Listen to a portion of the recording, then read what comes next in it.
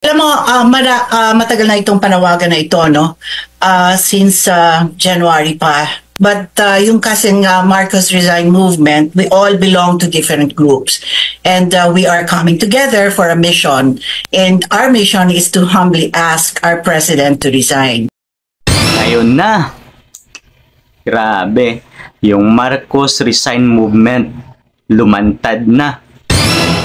Ito na ya guys, no? Ito na yung sinasabi ng mga DDS na yung mga narrative nila, no, na yung problema daw, no, ng taong bayan, no, yung kawalan ng response ng gobyerno sa mga hinanakit o hinanaing no, problema ng taong bayan. Kaya sila kaliwat kanan, no, na prayer at peace rally. Is yung reason daw nila, hindi naman nila daw papatalsikin o ipapatanggal sa pwesto ng si Marcos. Yung reason lang daw nila is to provide action o mag-take action naman yung gobyerno mga problema ng taong bayan. Now, yung Marcos Resign movement pala, matagal nang niluluto since January pa. At bakit ngayon atat na atat sila sa pag-organisa ng kaliwat kanan na rally, kaliwat kanan na pangbabatikos sa gobyerno personally kay Marcos, di ba? Yung mga personal attack against the president.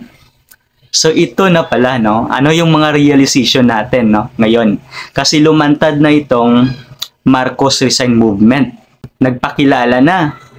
Now, bakit ngayon? Ito guys itong number one na reason. Bakit atat na ngayon yung mga DDS? Bakit atat na sila na tanggalin sa pwesto si Marcos? No? May hinahabol ba na kuta? Nagmamadali, kaliwat kanan na yung pangbabatikos, pangbato ng personal issue na grounds for impeachment sa presidente natin. Now, ito yung political opinion natin. Number one, Ferdinand Marcos Jr. ay magto 2 years na sa June. Magto 2 years na. So, ibig sabihin, kung ma-impeach si Ferdinand Marcos Jr., automatically yung papalit sino? Yung vice presidente. No? Yung vice presidente. So bakit hindi pa nung pag-start pa lang ni Marcos, bakit hindi na sila umaksyon? No? Bakit hindi na sila gumalaw? Kasi nakalagay sa konstitusyon na kapag nakapag-serve ka more than 4 years as president, hindi ka na pwedeng tumakbo sa next na presidential election. Now, ito, magkataon na ma-impeach or maparesign nila si presidente, si Marcos, yung papalit, no, kung baga bilo na, no, kung nakuha na ni Marcos yung more than 2 years niya. Now, so ibig sabihin, kung makaserve below 4 years yung mapapalit na vice presidente, no, na automatically si VP Sara, pwede pa siyang tumakbo sa next election as president. So more than almost 9 to 10 years yung pagposisyon ni VP Sara as president. So bakit yon yung isang rason kung bakit atat na atat ngayon sila na mapa-impeach yung presidente. Atat na atat ngayon yung kabilang grupo na mapatanggal sa posisyon yung presidente. No, alam nyo na.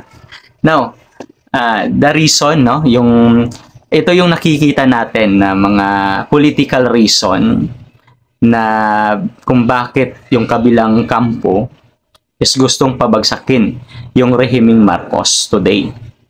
So ito yung mga nakikita natin. Kasi number one, natatakot na yung mga DDS na kung magtagal pa sa posisyon si Marcos, hindi na nila maproteksyonan yung pagpasok ng International Criminal Court para sa pag-imbestiga dito sa war on drugs ng previous administration. Hindi na nila mapigilan. So, mahalungkat na yung mga issue ng previous administration.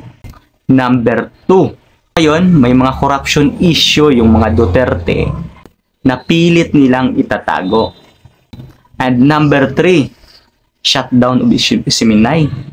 Number 4, issue ni Pastor Apollo Kibuloy.